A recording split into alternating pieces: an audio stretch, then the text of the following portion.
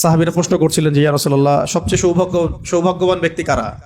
যে এক জায়গায় নবী সাল্লাল্লাহু আলাইহি ওয়াসাল্লাম ইশারা দিয়েছেন, ইরশাদ করেছেন যে সবচেয়ে সৌভাগ্যবান তারা যাদের জন্য নেক হায়াতকে লম্বা করা হয়েছে, নেক আমলকে বৃদ্ধি করা হয়েছে। চমৎকার উত্তরটা, যাদের জন্য নেক হায়াতকে লম্বা করা হয়েছে, নেক আমলকে বৃদ্ধি করা হয়েছে। হাদিসে আসছে এভাবে, লিমান তালা উমরুহু ওয়া হাসুনা আমালুহু, লিমান তালা উমরুহু ওয়া হাসুনা আমালুহু। তো এটা থেকে চাইলে আপনারা বা আমরা দোয়াও করতে পারি, মানে আরবি জানলে এগুলো থেকে তো আপনি দোয়া বের করে ফেলতে পারবেন। এই হাদিসটা পড়ে আপনি দোয়া করলেন যে হে আল্লাহ, আমাকেও তাদের অন্তর্ভুক্ত করেন যাদের নেক হায়াতকে লম্বা করা হয়েছে, নেক আমলকে বৃদ্ধি করা হয়েছে। তো এটাকে এখন আরবি দিয়ে আপনি বললেই দোয়া হয়ে গেল, বা বাংলায়ও বলতে পারেন যদি আরবি না জানেন। তো আরবিটা হবে এরকম, আল্লাহুম্মা ইজআলনি মিনহুম, আল্লাহুম্মা ইজআলনি মিনহুম লিমান তালা উমরুহু ওয়া হাসুনা আমালুহু।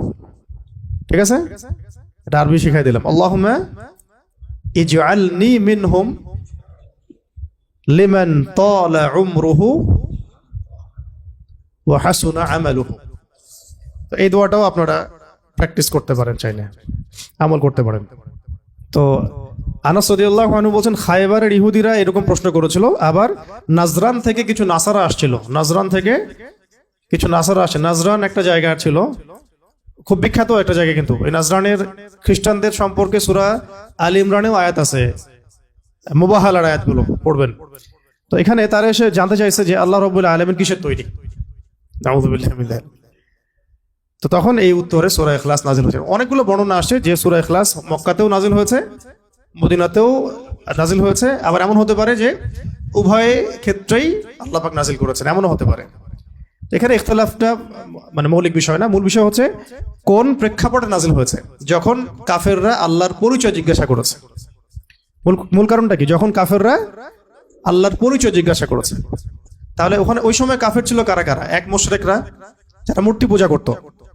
ওয়ার্ল্ডের সাথে মিলাবেন, এখনো কিন্তু ওয়ার্ল্ডে ওইরকমই কাফের আছে।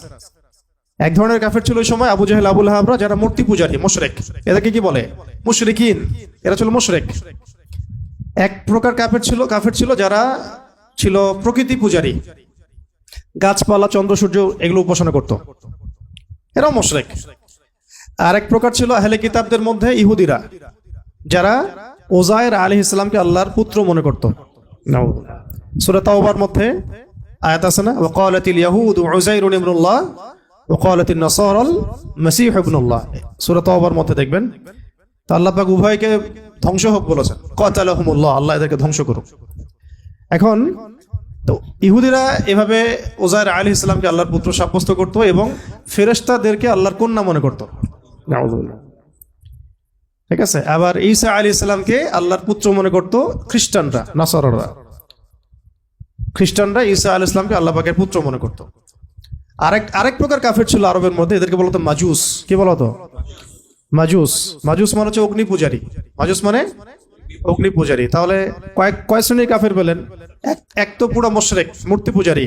এই ওয়ার্ল্ডে আছে, আমাদের রাষ্ট্রেও আছে, প্রতিবেশীতেও আছে। ঠিক আছে না?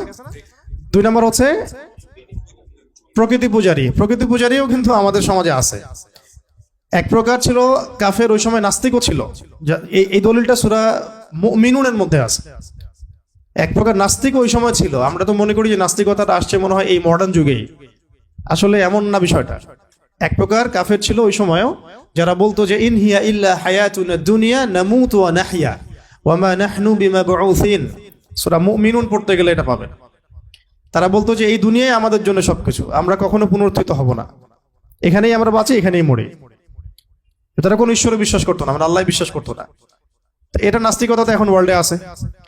এক প্রকার ছিল ইহুদি কাফের, যারা বিশ্বাস করতো ওজায়ের আলাইহিস সালাম আল্লাহ পাকের পুত্র, নাউযুবিল্লাহ। ফেরেশতাদেরকে তারা আল্লাহর কন্যা মনে করতো, নাউযুবিল্লাহ। হ্যাঁ, আর খ্রিস্টানরা মনে করতো যে ঈসা আলাইহিস সালাম আল্লাহ পাকের পুত্র। তো এই কনসেপ্টগুলো তৎকালীন সময় ছিল, এখনো এই ওয়ার্ল্ডে তারা এইভাবেই আছে। এই জন্য এদেরকে বলা হয় মাকদুব এবং দাল্লিন।